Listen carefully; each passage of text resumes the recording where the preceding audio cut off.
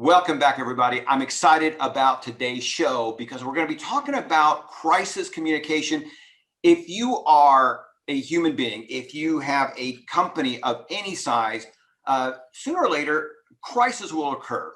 Today on the show, I have Jeff Chatterton. Jeff Chatterton is one of the world's leading crisis communicators who has helped clients in various industries across 6 continents. He's also the best-selling author or co-author of Leaders Under Fire, available on Amazon or wherever you pick up your favorite books. And we're going to be talking about what to do in a crisis situation. For example, it's easier than ever today to get into hot water.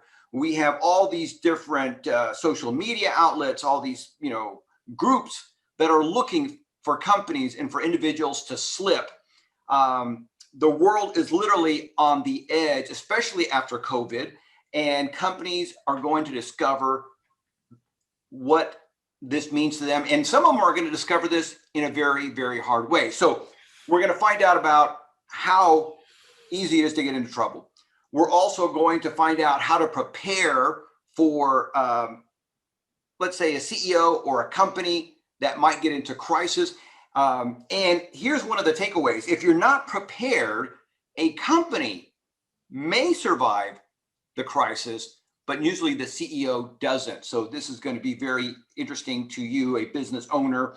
Also, if you're in the C-suite, this is going to be a very valuable interview today. Crisis communications plans. This is one of the big myths that we're going to talk about. If you have a crisis communication plan, it's probably a complete waste of time. And that is a quote from Jeff Chatterton. Again, Jeff Chatterton is one of the world's leading crisis communicators. He's helped clients all over the world. Jeff Chatterton, welcome to the show. Hey, I'm excited, and we'll have some fun. All right, so let me ask you this. How did you get into this crisis communication, crisis management? Talk about your background. The standard joke is, how did you get into crisis PR? And the answer is by accident. I was a political hack. I'm a former reporter. I had done okay in that industry and gotten into politics and ended up being the guy on the ground in the middle of Canada's largest environmental chaos disaster zone. That was 20 years ago. Business and change and evolution led to the fact that I was now able to either go do that for a company or to start my own thing. My wife, God bless her, said, we don't have a mortgage and we don't have kids. So if you're going to fail, go fail now. And I'm still here. Had a wonderful opportunity to help people everywhere from Sydney to Stockholm in the middle of some really trying circumstances. But it's been a lot of fun along the way. Yeah. And so your company, let's talk about this. Your company is called Checkmate. And basically this is your specialty. And this is something that from a marketing standpoint of view, I love the fact that you guys have niched down and you're laser focused on this one area, because PR can be all over the map. Marketing is all over the map, but you guys in your company, Checkmate, have focused on helping individuals through this process. And so Checkmate, what's the website for Checkmate? Checkmatepublicaffairs.com. Yeah.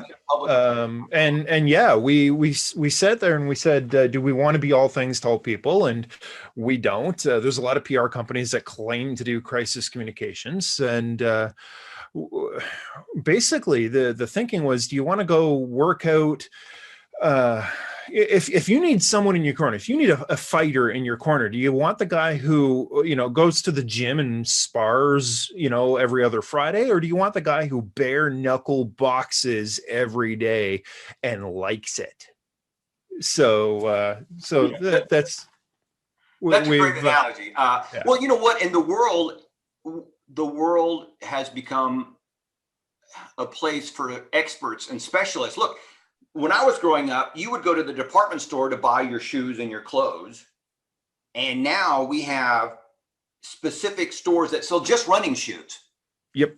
You know, and you know, there are specific stores that just sell men's fashion, and so we've become this place where we are seeking the specialties, and we're willing to pay more for a specialist. The guy, as you mentioned, the guy who not only likes to bare knuckle brawl, but that's all he does. But the flip side of that is you got to be really damn good at selling those shoes. Like, you need to know your shoes. And if you're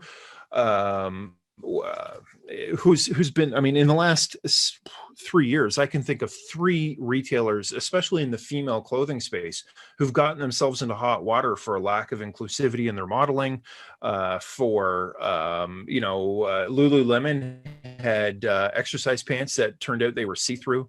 I mean, if you're going to claim to be a specialist, you need to be really good at what you do. Yeah, no, absolutely.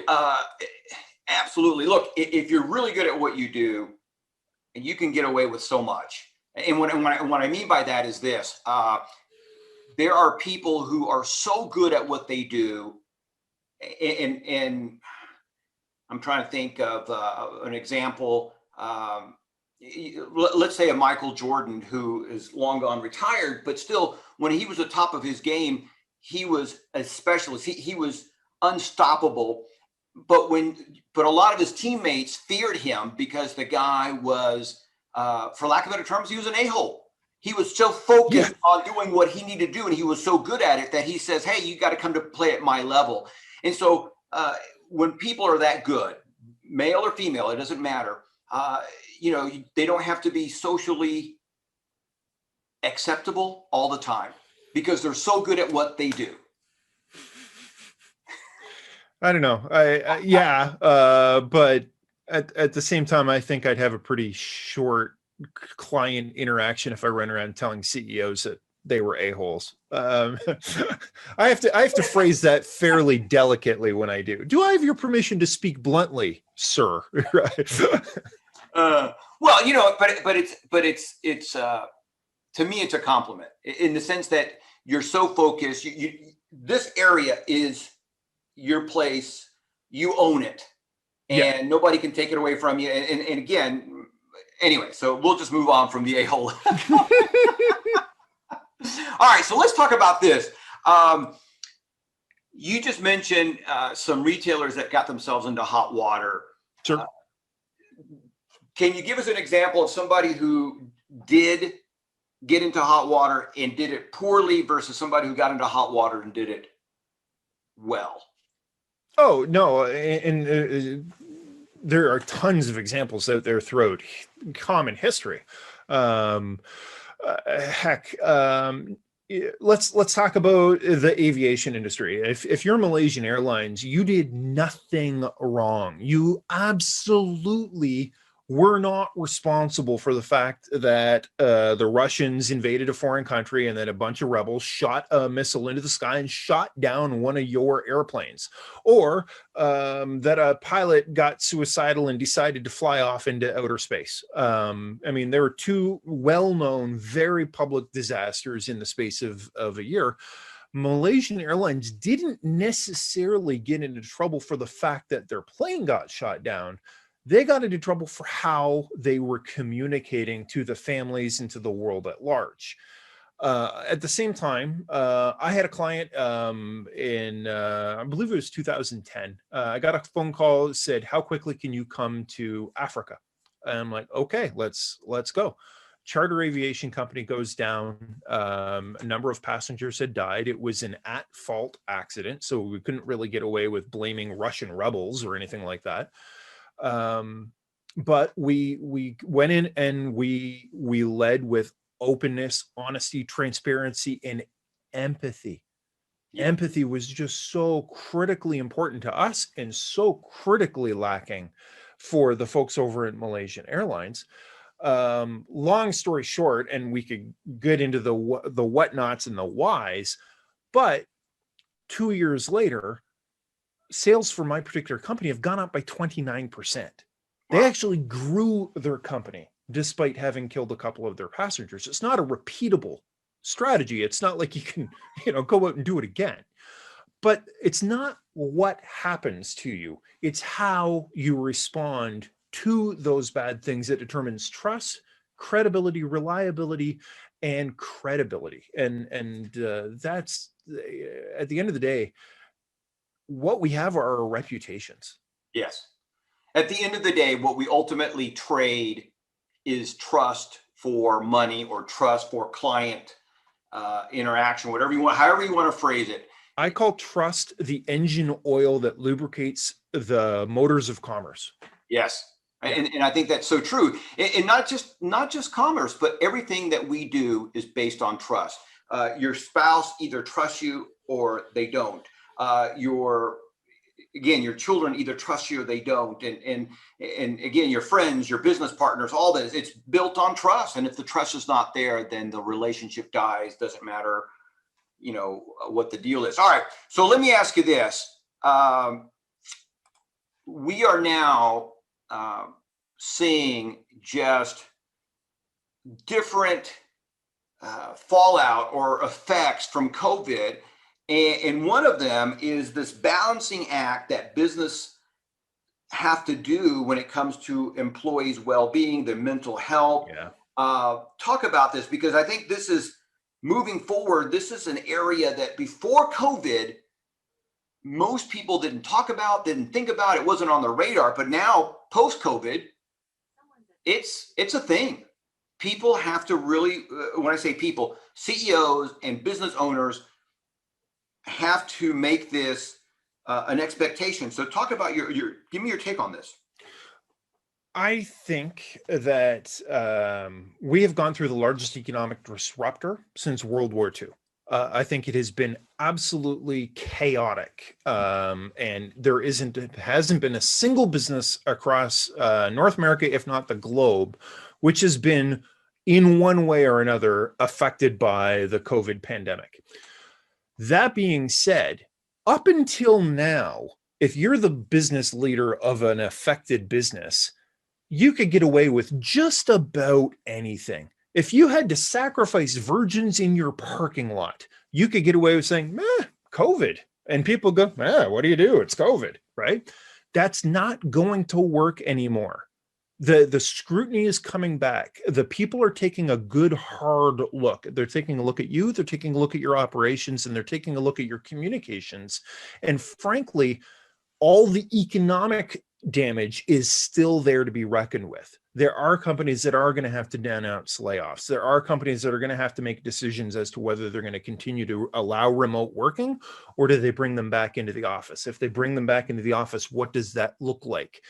And so all of these companies are dealing with a brand new reality, but they haven't figured out what that means, and they need to be able to communicate that. And their most important audience as they move forward, especially in the next 6 months, it's not going to be the public, because the public is still dealing with, are borders open, are borders closed? Do I need to get a shot? Is this everything else? But your own employees, if you're not looking after them, someone else will. That's the long and the short of it. And we can argue, they're being snowflakes all you want. It doesn't matter. If someone is prepared to come up with a better package or a better idea or a better work situation, that makes you extremely vulnerable. And it's not the facts that's going to determine whether or not you keep your employees. It's going to be how you communicate with them. Are you communicating openly, authentically, with empathy? Everything else, you can come out and say, at the end of the day, hey, look, we're going to have to lay off 1/3 of you. But if you do it well, you actually grow loyalty. Yes. And that's where I think a lot of organizations are going to face some speed bumps and some hiccups in the next few months. Yes, absolutely. No, I think it's a very good point, because you mentioned two things, and that is empathy. You've mentioned that a couple of times, and I think that is so crucial, and we forget how important empathy is. It's one thing to say, hey, you guys are laid off, sorry, boom. or, hey, we have to lay you off. Here's the reason why. I know that this is going to affect you, so we're going to try to do this. We're trying to do that. We're going to set this up and that up, so to make the transition as easy as possible.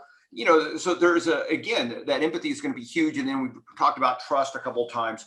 All right, so I want to ask you this as well. Let's see. Let me look at my notes real quick. In the beginning, I mentioned about a corporate crisis communication plan and the fact that you think it's a big waste of time. I want you to talk about this, because this is something that you hear people talk about all the time, having your crisis plan ready. Why do you think it's a waste of time? Well, let me take half a step back. Who are the people talking most loudly about the importance of the crisis communication plan? Crisis communication consultants. I was going to say, yeah, exactly. They're the ones who make the money on it. Quite honestly, yeah, look, I mean, it's a dirty little secret within the industry. I can sell $50,000 crisis communication plans to companies all year long. And I know full well that binder is going to go sit on some mid-level manager's filing cabinet and get ignored for the next 3 or 4 years. But they've managed to tick the box, and now they can report back to the board of directors. So it's okay. We have a plan. It's useless. It's completely useless if it's on fire. It's completely useless if it's outdated. And quite frankly, there isn't a single crisis communications plan on earth that anyone has shown me that was able to predict the COVID pandemic. And that's been massively disruptive. So don't tell me that it's all inclusive and encompassing. Right. I think what's a far better use of resources is to have someone. So there are 3 things. Make sure that you have a designated spokesperson. Make sure that designated spokesperson is trained in crisis communications, not media training. That's a very different skill set, but crisis communications training. And give them 3 the freedom to do the job. If they need to issue a statement that says, hey, our building is on fire, but they need to run it by 14 different layers of approval, including 3 different people from legal, and it's going to, come out, heck, sometime next Tuesday, it's useless. It does you no good. You got to give them the freedom to actually do their work. But then aside from that, so you've got your spokesperson nailed out and you got that kind of stuff figured out. And obviously you can have some plans to determine logistics. No one's arguing that you shouldn't know where all the fire extinguishers are, right? You need to know how to evacuate your arena. You need to know where, everything is. But have someone in your corner who can give, I call it the perspective buddy, someone who can put their arm around you and go, all right, Bert, I know right now you want to say this, but you can't say this right now. What I would recommend is, why don't we try saying this right now? Wouldn't that make more sense? Doesn't that get what you've done? And they go, oh, and Bert goes, okay. I can see where you're going with that. But Bert can't do that for himself right then. Right. And I'm not throwing you under the bus. No. It's intense. It's emotional. It's scary. Right. You need someone who's able to go, okay, look, I'm an expert in what you're going to do here. You can't do this. Let's do it this way. Right. One of the things we did is we stopped selling the binder completely. We actually put people on a flat rate. It doesn't matter, month to month. If you need us, great, we're there for you. If you don't need us, it's great. It's cheap insurance. We think it's better for the client because frankly, we're incentivized to make the crisis go way faster. Anyone who charges you hourly rates in the middle of a crisis isn't incentivized. I mean, they're going to stick a junior staffer on there and charge you $300 an hour to do a deep dive fact-finding mission. No, you need to get this crap done and dealt with. Right.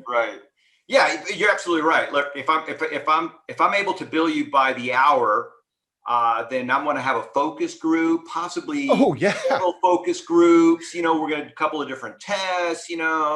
some very nice looking memos. Oh yeah, it's ludicrous, and you see it time and time again. And with all due respect to some of my colleagues within the PR industry, it's not what's best for the client. Right. And that's why we wrote the book. It was enough is enough. Right. No, I love it. All right. So speaking of the book, here's one of my, I want to talk about this. And so in the book, you talk about if you're defending, you're losing. And again, you give great detail about this, but I want to talk about this strategy of if you're defending, you're losing. Talk about that. It's pretty simple. If you can openly, authentically, and transparently say, hey, all right, look, here's what's happened, here's what we've done, here's why we've done it, that's not being defensive. If you're responding to allegations like, hey, you didn't tell us right away about X, now you're on defense. If the union is raising concerns because you've done something or whatever, it's not good. You need to be able to have someone who can anticipate those questions and preemptively jump in and, hey, look, we're going to we are going through some workforce reductions. Now, I know the union is upset about this. We've taken a look at those concerns, and here's what we've done and why. All of a sudden, you've taken all that future avalanche of crap that's about to come down on you and popped up an umbrella. It's the crap's still going to come down, but at least it's not going to land on you. Right. Well, and you have a better chance of getting ahead of the crap or controlling it. Yes. Versus letting it get out of hand. And again, I want to plug the book real quick. The book, Leaders Under Fire, Jeff Chatterton and Conway Frazier are the co-authors. Now, in the book, and this is, I think, kind of funny that, but it has to be said because this happens all the time. But in the book, it says, never lie. Yeah. Wow. What a great strategy. Tell the truth. Don't lie. But as simple as that is, companies screw this up all the time. Malaysia Air, even, if they would have come out and said, listen, this is what happened, we're not really sure what's going on, and then showed some empathy to the families, that would have carried so much more than trying to, I don't know, avoid, hide, go ahead.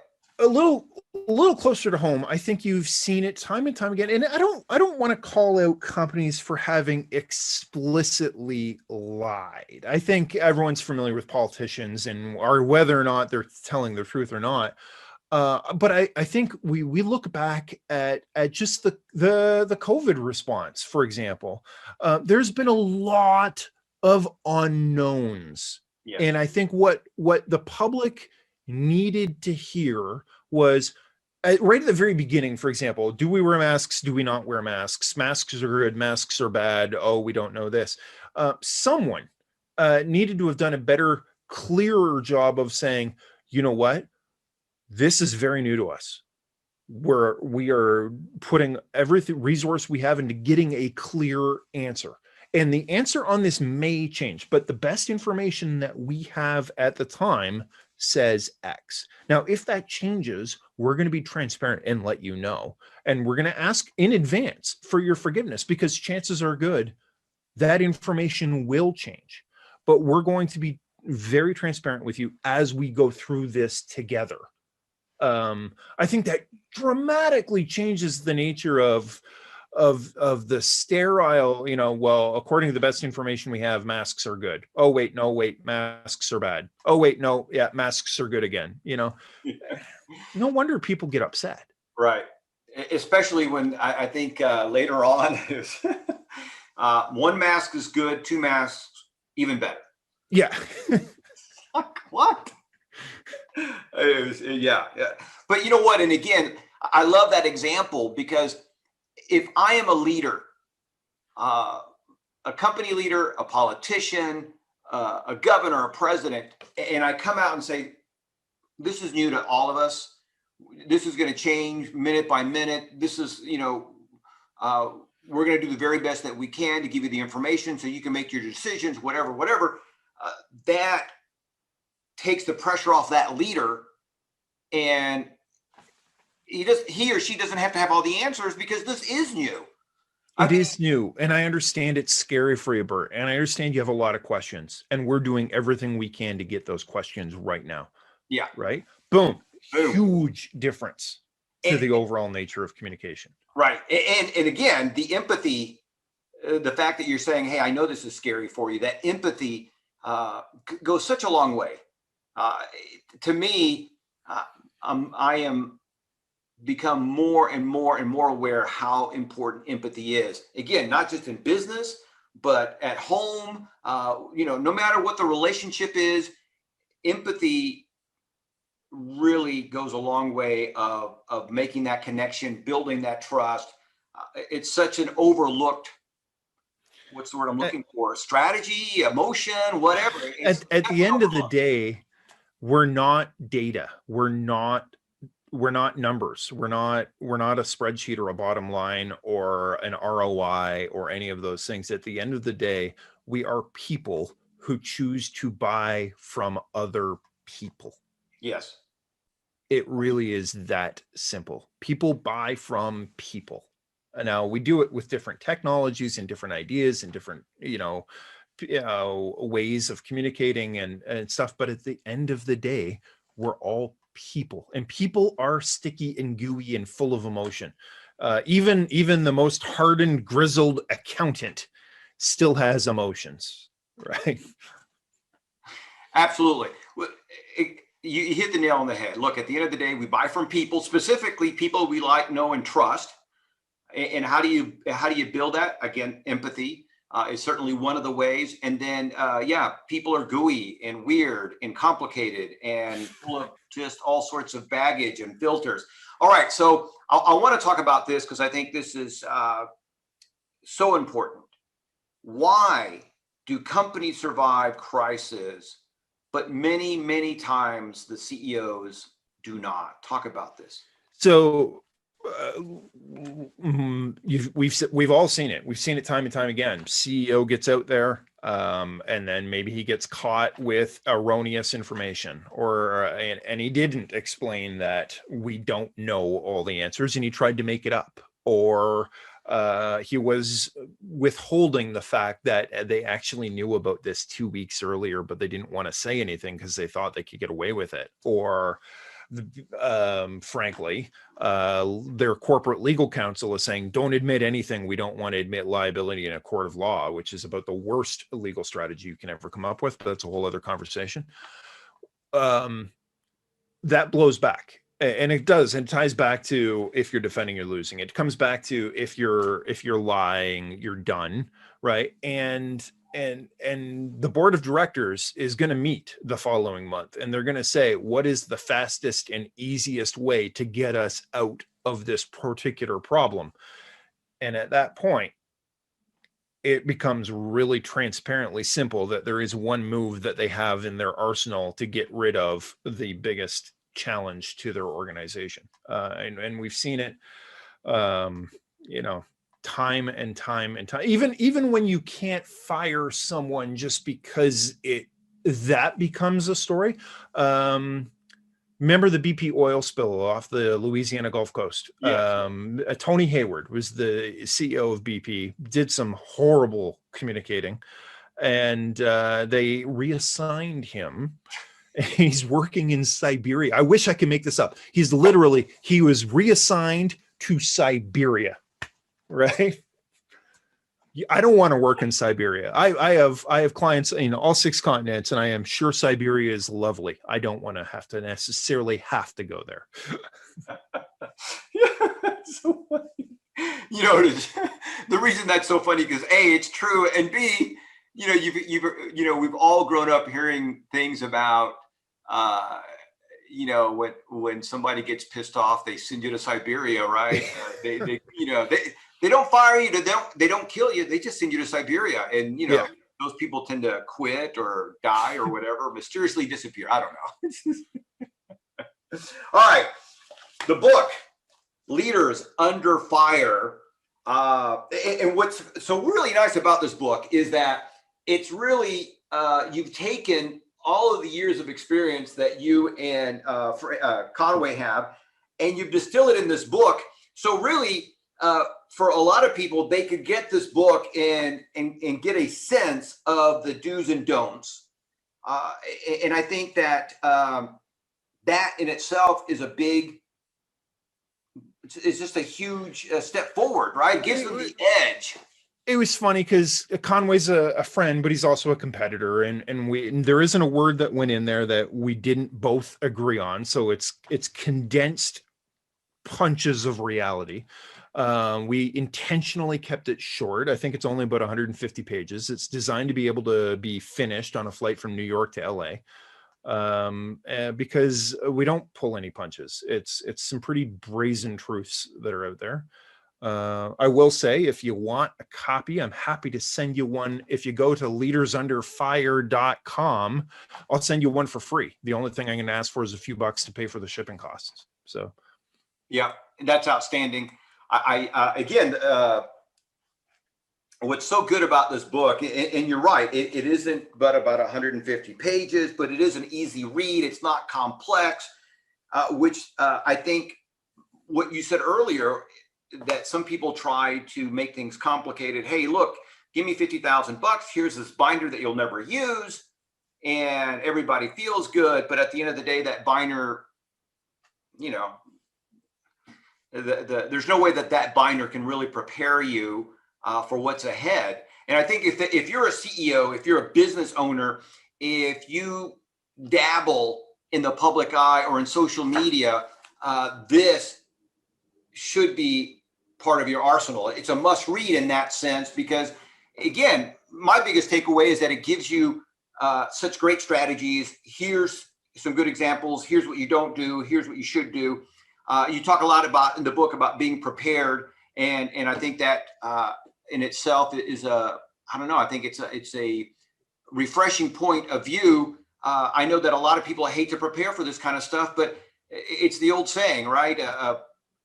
An ounce of, what is it, prevention is pound of cure. Pound of cure kind of a thing. At the end of the day, I think there were just too many organizations that, through no fault of their own, because they've been told this is how they need to do things, have been driving their bus by looking through the rear view mirror. Yes. And there's a better, simpler, cheaper, far more effective way to do things out of it. Yeah, I like it. All right. Leadersunderfire.com. Is it? Yeah, absolutely. Hop on there and we'll send you a free copy. No, it's not about the book sales. It's about making sure the information gets to the hands of the people who need it. Absolutely. Jeff, thank you so much for stopping by. Looking forward to catching up with you again, and looking forward to seeing what do you call it?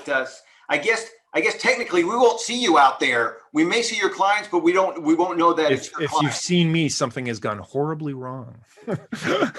I love it. Yeah. If you're seeing my face, it's something's gone horribly wrong. What a great comment. Anyway, Jeff, thank you so much for stopping by. Thank you, Bert. I had a good time. Anytime.